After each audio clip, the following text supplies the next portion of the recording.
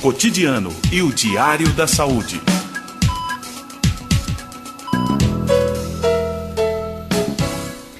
E nós vamos falar agora de um assunto que parece ficção, mas que é realidade, a cirurgia com pacientes acordados. E para falar sobre este assunto conosco, nós convidamos um neurocirurgião que é referência em epilepsias e tumores cerebrais, o Dr. Luiz Daniel Settl. Bom dia, Dr. Luiz Daniel.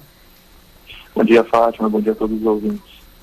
Pois é, doutor, essa história de cirurgia já é um pouco assustadora. Sempre que a gente ouve dizer, ou sempre que a gente tem alguém próximo que vai para um centro cirúrgico, a gente já fica preocupado. Agora, como é que funciona esse método da cirurgia com pacientes acordados? Como é feito esse procedimento?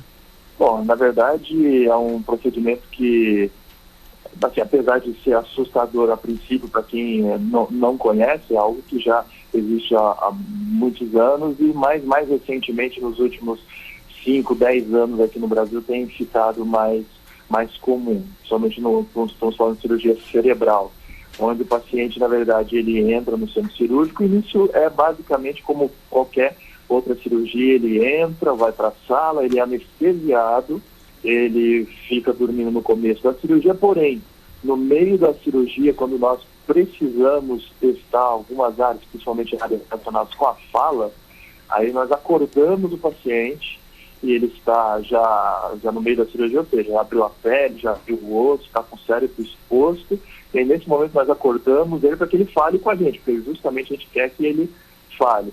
Nós fizemos as testagens, na verdade fizemos um verdadeiro mapeamento do cérebro dele para saber onde está a região responsável pela movimentação do braço, perna, da fala, da linguagem, onde está o tumor que nós estamos procurando, no caso de tumor ou a lesão, qualquer outra lesão que nós possamos procurar. E aí, depois de feito todo esse mapeamento, o paciente é colocado novamente para dormir, ou seja, ele é anestesiado novamente e aí terminamos a cirurgia. Mas, doutor Luiz Daniel, o paciente é acordado, mas ele continua sedado, não há risco de dor, por exemplo? Assim, ele não está sedado, ele está acordado, não há risco de dor, porque primeiro, inicialmente, o que dói, na verdade, é a pele, isso é feito com ele dormindo, mas também é feito um bloqueio antes, para o anestésico, para ele não sentir dor. A outra coisa que dá dor é a membrana que envolve o osso, que é o periósteo, isso também é aberto com ele anestesiado. E, por fim, mais uma estrutura que causa dor é a membrana que envolve o cérebro. O cérebro em si, que isso também é aberto com ele anestesiado. O cérebro em si, ele não dói. Embora ele seja importante tanto para nós termos a consciência da dor, como para sentirmos dor, o cérebro em si, mas a manipulação do cérebro em si não dói. Certo. Agora, em que casos essa cirurgia é aplicada? É só na retirada de tumores que tem como origem o câncer, doutor? Na verdade, assim, não, ela é mais usada em tumores. A gente acaba usando muito mais frequentemente em tumores, porém, ela pode ser usada numa gama enorme, como falando em cirurgia cerebrais. Tem algumas lesões que causam epilepsia, que podem precisar de uma cirurgia com paciente acordado, lesões vasculares mesmo, malformações, artérias venosas, cavernomas e outras coisas que podem precisar de uma cirurgia com paciente acordado. Basicamente, embora cada vez mais a indicação esteja aumentando, basicamente nós falamos de lesões que estejam ou dentro ou próximo de áreas da fala, porque nós precisamos que o paciente acorde, né, para nós conseguirmos testar a fala dele. O que eu venho falar assim, que tem aumentado a indicação, porque nós temos visto que tem cada vez mais regiões com algum tipo de associação, principalmente na compreensão e desenvolvimento da fala.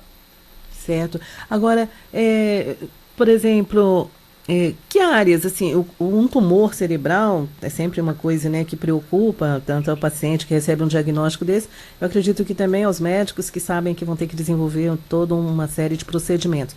Que sintomas, o que pode ocasionar um tumor cerebral e quais são os principais sintomas para que ele seja identificado, doutor?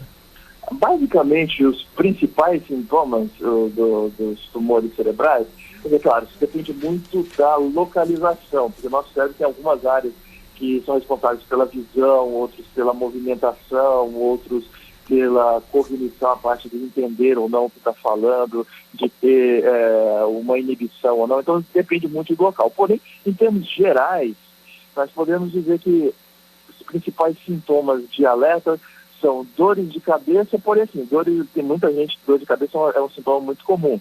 Dores esporádicas, claro que isso não chama atenção.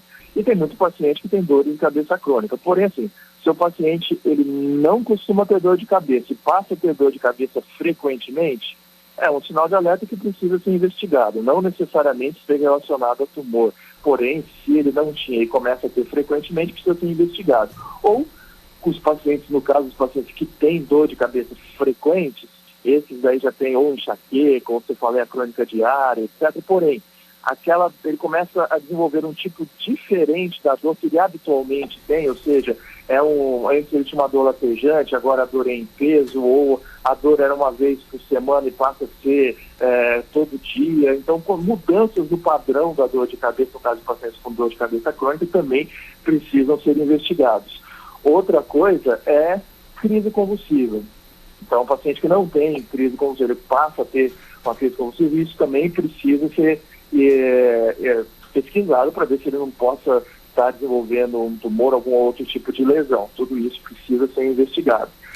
Fora isso, aí sim, se ele tem começa a ter um déficit motor, ou seja, fica com a dificuldade de mover um lado, ou o braço, ou a perna, ou ambos, o braço e perna, também, e não tinha isso antes, também precisa ser investigado, principalmente se isso ocorre lentamente. Uma coisa que a gente precisa lembrar é que muitas vezes o paciente que tem derrame, os chamados AVCs, ele pode também ter esses sintomas, porém isso geralmente é agudamente. No momento ele está bom e no seguinte ele já tem essa dificuldade de movimentação. Os pacientes com tumor, o tumor ele tem um crescimento que pode ser mais lento ou mais rápido, porém ele vai desenvolvendo. Então ele começa, um dia ele está bem, depois ele começa com uma pequena dificuldade, daqui uma semana essa dificuldade vai aumentando de movimentação, daqui um mês ele já não consegue andar. Então são sinais que a gente precisa, tudo isso são sinais que levam a gente à investigação. Tá certo, e é muito importante que as pessoas tenham conhecimento desses sintomas, porque a gente ouve muitas pessoas dizerem, estou com uma dor de cabeça, e no outro dia também está com dor de cabeça, e tomam muitos medicamentos, analgésicos principalmente, né, doutor?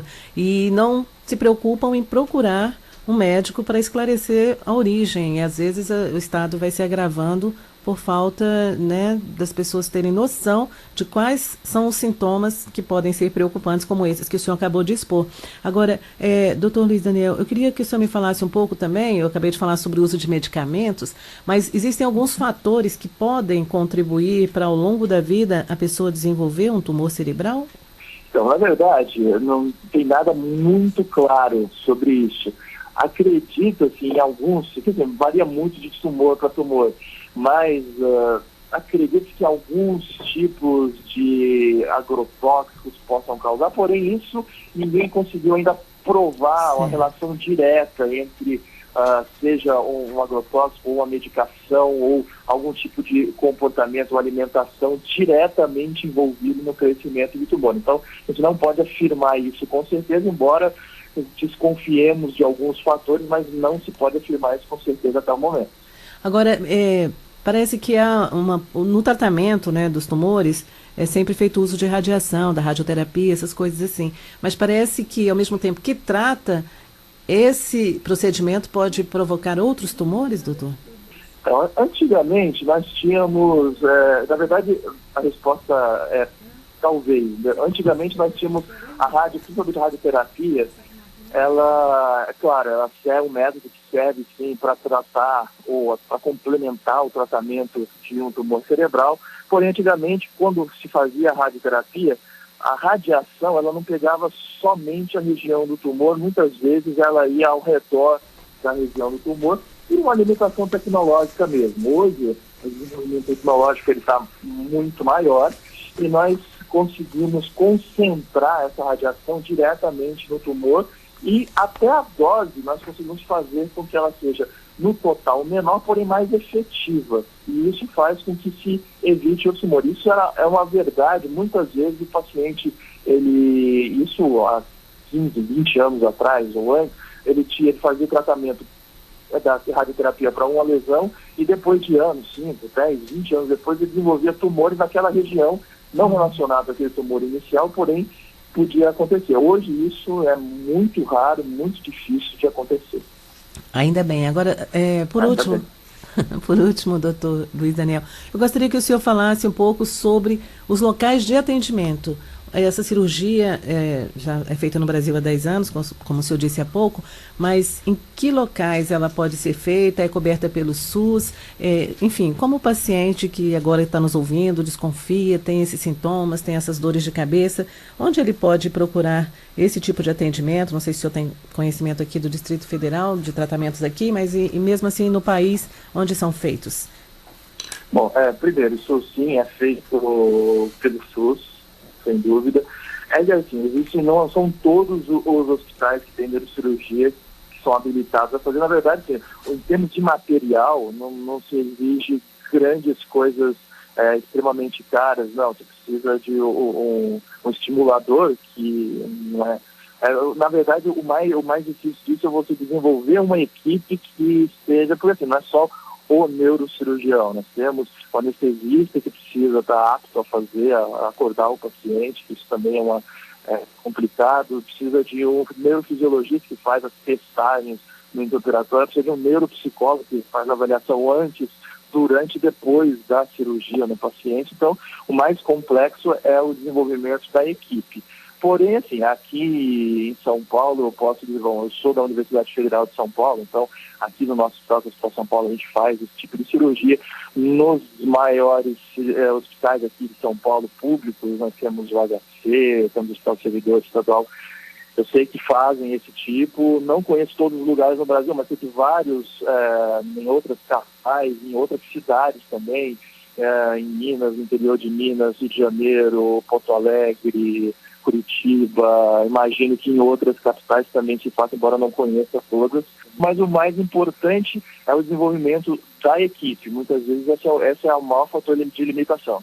Tá certo, nós estamos conversando com o Dr. Luiz Daniel Settel, que é referência no tratamento das epilepsias e tumores cerebrais, especialista pela Sociedade Brasileira de Neurocirurgia, membro do grupo de tumores do Departamento de Neurocirurgia da Universidade Federal de São Paulo, integrante da diretoria da Associação dos Neurocirurgiões também do Estado de São Paulo e ainda atua como preceptor de cirurgia de tumores cerebrais no Departamento de Neurocirurgia da Unifesp. Então, todas as informações que ele está repassando para nós são super importantes. Ele é um especialista na área. Se você tem alguns dos sintomas, é melhor procurar um médico. Alguma recomendação final, doutor Luiz Daniel? Na verdade, é basicamente isso mesmo. Se a pessoa sente algum desses sintomas que eu falei, felizmente, não é a maioria que são casos de tumor cerebral, porém, precisa fazer a investigação, porque muitas vezes a pessoa fica com algum temor ou com alguma restrição de procurar um médico e, como eu falei, a grande maioria das vezes não está relacionada ao tumor, porém, naquela pequena parte que possa estar relacionada ao tumor, se não, o fato de não procurar o médico logo no início pode até significar um agravamento da lesão mais para frente, é algo que possa talvez até ser resolvido completamente no estágio inicial. É certo, na verdade a maioria das pessoas, nós estamos comentando aqui no estúdio, tem medo do diagnóstico, né? Às vezes fica sentindo essa dor de cabeça, esse mal-estar e não vai ao médico com medo de que haja um diagnóstico ruim e isso só faz agravar a doença que possa existir, né? Doutor Luiz Daniel, eu agradeço muito a sua participação ao vivo conosco aqui no Cotidiano, muito obrigada por suas informações e esperamos conversar em breve novamente com o senhor. Muito obrigada e um ótimo dia. Obrigado a você, bom dia a todos os ouvintes, obrigado pela oportunidade.